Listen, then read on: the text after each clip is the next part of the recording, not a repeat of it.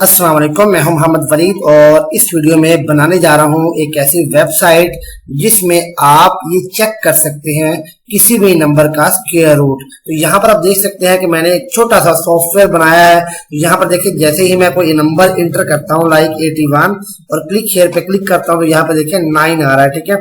और यहाँ पे अगर मैं 9 लिखता हूँ तो यहाँ पे आप देखिएगा कि 3 आंसर आएगा। इसी तरह अगर यहाँ पे मैं 49 लिखता हूँ तो यहाँ पे आप देखिएगा 7 आंसर आएगा। तो ये स्क्वायर रूट सॉफ्टवेयर मैंने कैसे बनाया है ये मैं आपको इस वीडियो में बताने वाला हूँ। चलिए शुरू करते हैं वीडियो को। सबसे पहले आपने करना क्या है, ये जो मैंने जो बेसिक कोड मतलब जो सारा कोड लिखा हुआ था इस सॉफ्टवेयर का वो मैंने डेल कर दिया है और दोबारा से ये सब कुछ आपको मैं करके दिखाने वाला हूँ अच्छे तरीके से। तो अब यहाँ पे देखिए, मैंने यहाँ पर जो बेसिक कोड होता है HTML का वो गेट कर लिया है और उसके बाद यहाँ पे मैं बॉडी को ही पेरेंट मान के चल रहा हूँ, ठीक है। और यहाँ पे मैं क्या करूंगा, एक मेन डिव ले लेता हूँ। उसके अंदर यहाँ पे मैं एक हेडिंग लेता हूँ और हेडिंग में लिख देता हूँ जी फाइंड स्क्वायर रूट सॉफ्टवेयर। उसके बाद यहाँ पे मैं क्या करता हूँ, एक इनपुट ले लेता हूँ और इनपुट में यूजर आईडी लगा देता हूँ जी, यूजर इनपुट, यानी जो आईडी है वो यूजर इनपुट लगा देता हूँ। और उसके बाद यहाँ पे मैं प्लेस होल्डर में लिख देता हूँ जी एंटर योर नंबर।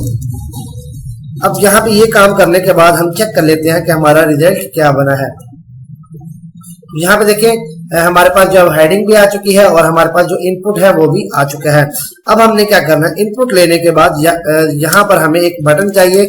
यहाँ पे मैं बटन लिखूंगा और यहाँ पे आईडी लगा दूंगा BTN और उसके बाद यहाँ पे लिख देता हूँ क्लिक हियर। और उसके बाद यहाँ पे मैं एक और हेडिंग लेता हूँ और इसमें यहाँ पर एक आईडी दे दूंगा जिसे मैं कहूंगा रिजल्ट, ठीक है जी। अब ये हमारा HTML का काम हो चुका है।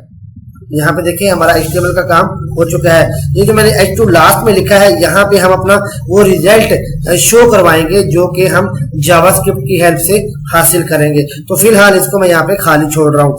अब यहाँ पे आप देख सकते हो कि हमारा जो HTML का काम है वो हो चुका है। अब हमने CSS का काम करना है और CSS का काम करने के बाद इसको थोड़ा सा डिजाइन करना है। तो यहाँ पे सबसे पहले तो CSS को अटैच कर लेंगे हम और अटैच करने के बाद यहाँ पे CSS में जाएंगे और यहाँ पे जो यूनिवर्सल सेलेक्टर है उसमें हम क्या करेंगे, मार्जिन को भी 0 कर देंगे और पैडिंग को भी 0 कर देंगे। और उसके बाद बॉक्स साइजिंग जो है वो बॉर्डर बॉक्स कर देंगे। अब सेव किया, सेव करने के बाद जब चेक किया तो यहाँ पे आप देख सकते हैं जो भी मार्जिन पैडिंग बाय डिफॉल्ट थी वो सारी की सारी खत्म हो चुकी है। अब मैं चाहता हूँ यार ये सेंटर में आई, यहाँ पे इसको सेंटर में लाने के लिए क्या करना पड़ेगा, जिस तरह मैंने पहले कहा था कि इस वक्त जो मेरा पेरेंट है वो बॉडी है और ये मेन जो क्लास है ये चाइल्ड है, ठीक है। तो बॉडी के अंदर मैं क्या करूंगा, डिस्प्ले फ्लेक्स का इस्तेमाल करूंगा। तो यहाँ पे मैं लिखूंगा बॉडी और यहाँ पे लिखूंगा display flex justify content center align item center. अब देखिए यहाँ पे मैंने ये काम किया तो यहाँ पे ये सेंटर में आ चुका है जस्टिफाई कंटेंट की हेल्प से। बट अलाइन आइटम तो यहाँ पे आना चाहिए था, तो यहाँ पे क्यों नहीं है, इसलिए कि हमने हाइट का इस्तेमाल अभी तक नहीं किया। तो यहाँ पे मैं हाइट जैसे लिखूंगा तो ये सेंटर में आ जाएगा। तो यहाँ पे लिखा हाइट 100 VH और सेव किया तो यहाँ पे आप देखें ये सेंटर में आ चुका है। अब मुझे जो बॉडी है इसका बैकग्राउंड कलर जो है वो सेलेक्ट करना है। तो यहाँ पे बैकग्राउंड कलर मैं यहाँ पे कोई भी एक कलर ले लेता हूँ, ठीक है। और उसके बाद यहाँ पे देखिए बैकग्राउंड कलर आ चुका है। और ये जो हमारा हमने आईडी लगाई थी यहाँ पे यूजर इनपुट, ठीक है, इसको या यूजर इनपुट नहीं मेन, ठीक है, मेन को मैं टारगेट करूंगा और ये क्लास है हमारे पास और इसका कलर जो है मैं व्हाइट रखूंगा। बैकग्राउंड कलर इसका मैं रखूंगा व्हाइट। यहाँ पे देखिए व्हाइट रखा तो यहाँ पे आप देख सकते हो कि ये व्हाइट आ चुका है। बट अभी मुझे विड्थ जो है वो इसकी ज्यादा बढ़ानी है ताकि ज्यादा अच्छा लगे। विड्थ 50 VW और हाइट जो है वो 50 VH। यहाँ पे देखिए हमारे पास ये कितना खूबसूरत जो है वो डिजाइन बन चुका है। अब मुझे क्या करना है, ये जो हेडिंग है इसको मैंने सेंटर में करना है। तो हेडिंग को सेंटर में करने के लिए मैं क्या करूंगा, यहाँ पे H2 लिखूंगा क्योंकि मैंने H2 ही हेडिंग ले रखी है। यहाँ पे आप देख सकते हो, ठीक है। H2 को मैंने टारगेट किया और यहाँ पे लिखा टेक्स्ट अलाइन और यहाँ पे मैंने लिखा सेंटर। जैसे ही सेंटर किया तो यहाँ पे आप देखिए सेंटर में ही आ चुका है। अब मुझे ऊपर से मार्जिन लेना है, मार्जिन टॉप, और मैं कहता हूँ 20 पिक्सल और मार्जिन बॉटम मैं कहता हूँ 20 पिक्सल, ठीक है जी। ऊपर और नीचे से मैंने 20 पिक्सल जो है वो मैंने मार्जिन ले लिया है। अब ये काम हो चुका है। अब मैं चाहता हूँ ये जो मेरा इंटर योर नंबर है ना, ये पूरी विड्थ ले, ठीक है। तो इसके लिए मुझे क्या करना पड़ेगा, मुझे इसकी जो आईडी है उसको देखना पड़ेगा। क्या लिखा था मैंने वहां पे, मैंने यहाँ पे लिखा था यूजर इनपुट, ठीक है। तो यूजर इनपुट को मैं यहाँ पे टारगेट करूंगा। यहाँ पे मैंने लिखा है जी यूजर इनपुट, और उसके बाद यहाँ पे देखिए मैंने लिखा वेट्स, और यहाँ पे मैं कहता हूँ ये वेट्स में 100%। अब जैसे ही मैंने किया वेट्स 100%, तो यहाँ पे देखिए वेट्स 100% हो चुका है, ठीक है। और यहाँ पे मैं हाइट देता हूँ, तो यहाँ पे हाइट मैं देता हूँ, मैं कहता हूँ जी 40 पिक्सल। तो यहाँ पे आप देख सकते हो कि हाइट भी हमारी 40 पिक्सल हो चुकी है। अब मुझे क्या करना है, मुझे इसको थोड़ा सा ना, जो मेन हमारा जो बॉक्स था इसके अंदर थोड़ा सा लेके आना है। तो मैं यहाँ पे क्या करूंगा, पैडिंग दूंगा, ठीक है। और अब पैडिंग जो है वो मैं पैडिंग किसमें दूंगा, पैडिंग देने के लिए मुझे क्या करना पड़ेगा, जो मेन है ना, मेन में मैं जाऊंगा यहाँ पे, और मेन में आने के बाद मैं लिखूंगा पैडिंग, और यहाँ पे लिखूंगा 20 पिक्सल। अब जैसे ही लिखूंगा, जो मेन के अंदर जो भी चीजें थी वो सारी की सारी अब 20 पिक्सल जो है वो उसके अंदर आना शुरू हो गई है। अब ये तो काम हो गया, ठीक है। अब मैं चाहता हूँ ये जो अंदर नाम लिखा हुआ है ना, ये जो इंटर योर नंबर लिखा हुआ है, ये थोड़ा सा अंदर की तरफ आए। तो ये यहाँ पे मैं यहाँ पे भी पैडिंग लिख देता हूँ, पैडिंग 20 पिक्सल। अब देखिएगा कि यहाँ पे जो प्लेस होल्डर मैंने लगाया था वो अब थोड़ा सा आगे की तरफ से आ रहा है। अब यहाँ पे क्लिक हियर जो बटन है इसको मैं थोड़ा सा डिजाइन करता हूँ। तो इसके लिए मुझे क्या करना पड़ेगा, इसकी आईडी को टारगेट करना पड़ेगा BTN, और यहाँ पे मैं इसको टारगेट करूंगा। तो यहाँ पे थोड़ा सा मैं इसको कोड को ऊपर ले लेता हूँ, और यहाँ पे अब क्या करूंगा, BTN के अंदर सबसे पहले तो इसका बैकग्राउंड कलर जो है वो सेलेक्ट कर लूंगा, वो मैं कर लेता हूँ ग्रीन। और उसके बाद इसका जो कलर है वो मैं कर लेता हूँ वाइट। इसके बाद इसका जो बॉर्डर है वो मैं खत्म कर देता हूँ, ठीक है। और उसके बाद बॉर्डर रेडियस जो है वो मैं कर देता हूँ 30 पिक्सल, ठीक है। और ये काम करने के बाद विड्थ में इसको दे देता हूँ जी 200 पिक्सल, 150 दे देता हूँ, ठीक है, 150 पिक्सल।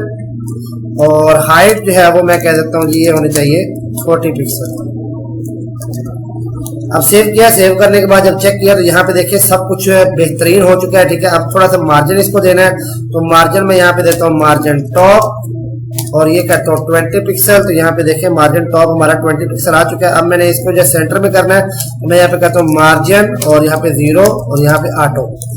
ये मैंने 0 ऑटो कर दिया। तो यहाँ पे ये हमारा जो कोड है सेंटर में होना चाहिए था, बट ये सेंटर में नहीं हुआ, ठीक है। इसके लिए यहाँ पे हमें क्या करना पड़ेगा, एक तो यहाँ पे डिस्प्ले फ्लेक्स, सॉरी,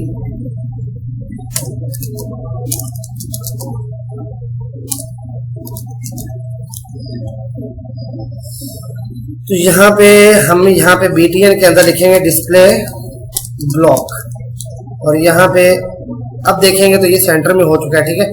इसको यहाँ से कट कर देते हैं। लिखना मैंने BTN के अंदर था, लेकिन यूजर इनपुट के अंदर लिख बैठा, ठीक है। तो यहाँ पे इसलिए वो सेंटर में नहीं हुआ था। अब यहाँ पे आप देखिए हमारा ये काम जो है वो सेंटर में हो चुका है। अब यहाँ पे हमें जो नीचे डाटा हमने गेट करना है, जो हमारा रिजल्ट होगा, उसकी सेटिंग कर लेते हैं। उसकी सेटिंग करने के लिए हमें क्या करना पड़ेगा, रिजल्ट जो हमने आईडी लगाई थी उसको टारगेट करेंगे, और रिजल्ट में देख लेते हैं कि हमने छोटा ही लिखा है, ठीक है, यहाँ पे। और इसको मैं यहाँ पे कर देता हूँ टेक्स्ट अलाइन सेंटर, और उसके बाद यहाँ पे जो फॉन्ट है यहाँ पे हम लिखेंगे फॉन्ट साइज, मैं कहता हूँ 2 REM, ठीक है जी। सेव कर दिया। सेव करने के बाद चेक कर लेते हैं हमारा वर्ड जो है वो कहाँ पे आ रहा था। मैं यहाँ पे W लिखता हूँ, या 2 लिख दिया बस, ठीक है। और यहाँ पे चेक कर लेते हैं, ओके, बेहतरीन हमें नजर आ रहा है, ठीक है। यहाँ से मैं 2 खत्म कर देता हूँ। तो अभी हमारा क्या हो चुका है जी, हमारा HTML का काम भी हो चुका है, और हमारा CSS का काम भी हो चुका है। अब हमें काम करना है जी हमारा जावास्क्रिप्ट का काम, और वो बहुत ही ज्यादा ईजी है। उसके लिए हमें क्या करना पड़ेगा हम देखते हैं। उसके लिए हमें यहाँ पे मैं अलहदा फाइल नहीं बनाता, इसी के अंदर ही मैं यहाँ पे स्क्रिप्ट यानी जावास्क्रिप्ट का काम लिख लेता हूँ, और इसको यहाँ से मैं थोड़ा सा ऊपर कर लेता हूँ। अब यहाँ पे क्या करना है, अब देखिए हमें जो डाटा चाहिए ना, अब इसमें हमें 2 चीजें चाहिए, एक तो इनपुट और एक बटन, ठीक है। तो यहाँ पे इसके मैं 2 वेरिएबल बनाने, तो मैं यहाँ पे लिखता हूँ कॉन्स्ट, और यहाँ पे लिखूंगा यूजर इनपुट, ठीक है। ये मैंने एक वेरिएबल बनाया, और यहाँ पे लिखूंगा document dot gate element by ID, यानी यहाँ पे मैंने यूजर इनपुट वाली आईडी लगाई थी, वहां से जो डाटा है ना वो उठा लो, ठीक है।